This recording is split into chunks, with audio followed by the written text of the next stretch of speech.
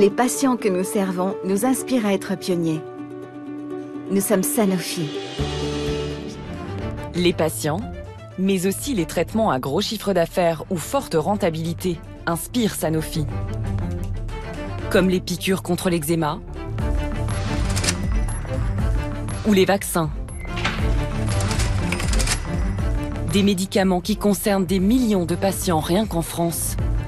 Bien plus que le BCG et ses quelques 10 000 cancers de la vessie.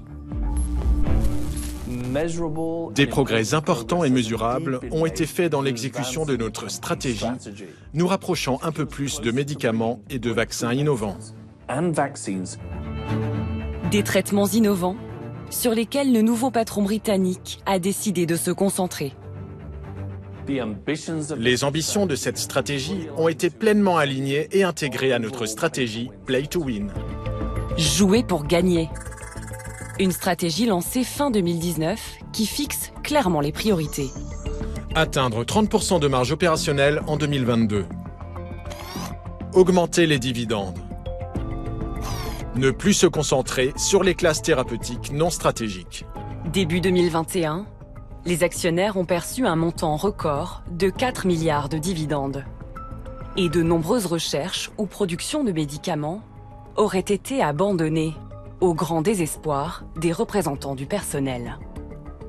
On a abandonné le cardiovasculaire, on a abandonné les anti-infectieux au titre que c'était pas une priorité financière de développer des antibiotiques parce que ça rapportait moins d'argent. Ils l'ont expliqué comme ça. Ils ont arrêté le diabète et là maintenant ils ont arrêté la neurologie, tout particulièrement les maladies d'Alzheimer et pratiquement aussi quasiment tout ce qui existait sur Parkinson. Et pourquoi le gouvernement ne fait rien ?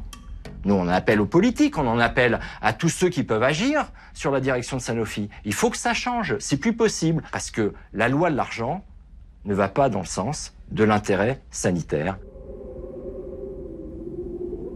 Un laboratoire qui réalise plus de 80% de son chiffre d'affaires français grâce au remboursement de la sécurité sociale, a-t-il le droit d'abandonner des traitements essentiels ?